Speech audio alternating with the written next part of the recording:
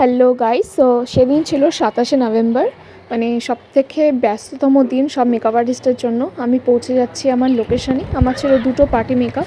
আমি কিন্তু অন টাইমেই আমার লোকেশানে পৌঁছে গেছিলাম। তো গিয়ে ক্লায়েন্টের জন্য অপেক্ষা করছি।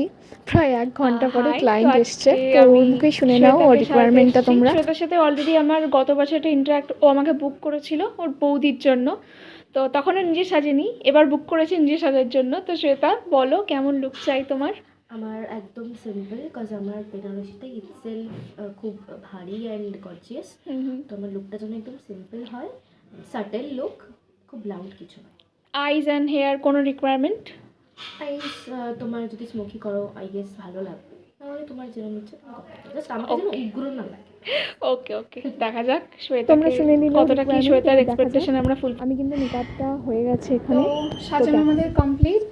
ওকে, তো কেমন লাগলো তোমাকে সেটা বলো। ভীষণ ভালো, ভীষণ ভীষণ ভালো, আর ভীষণ কোঅপারেটিভ পূজা। সব থেকে বড় ব্যাপার যেটা যেরকমভাবে বলেছি সেভাবেই করে দিয়েছে।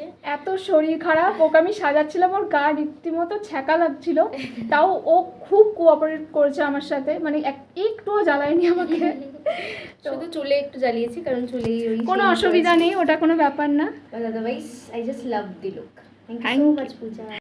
পল্লবী ছিল আমার সেকেন্ড ক্লায়েন্ট। সো ওরও কিন্তু সেম রিকোয়ারমেন্ট ছিল, কিন্তু সিম্পল অ্যান্ড সাটল মেকওভারই চেয়েছিল। বাট ওর চোখটা খুব সুন্দর দেখে আমি কিন্তু ওর আইসটা অন্যরকম করবো বলেছিলাম, তো ও এগ্রি করেছিল।